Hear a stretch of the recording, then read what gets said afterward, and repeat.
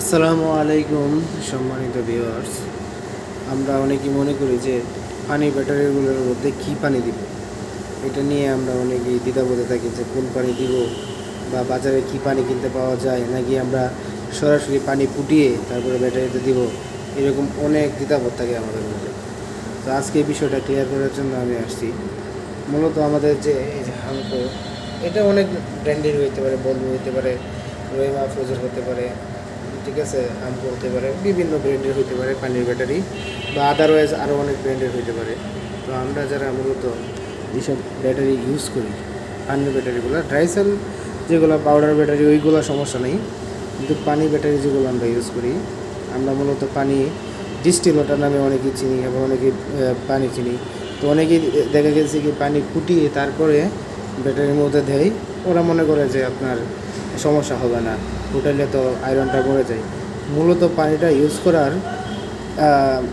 করার শর্ত একটাই, যে আমাদের ভিতরে যেভাবে কার্বন যেভাবে না জমে, তো কার্বন জমলেই সমস্যা হয়।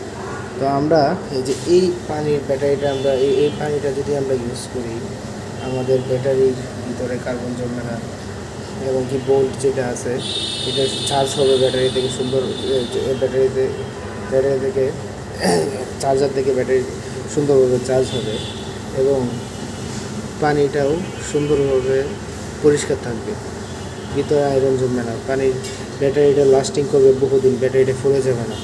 তো বিষয়গুলো আমরা খেয়াল করবো।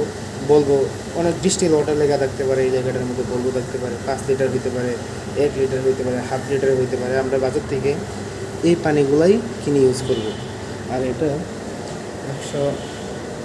60 kVA জেনারেটর, ঠিক আছে। আর আমরা এই kVA জেনারেটরের মধ্যে ব্যাটারি ইউজ করছি ওদিকে 120 এমপিয়ার লোডটা যেভাবে ভালোভাবে পাই।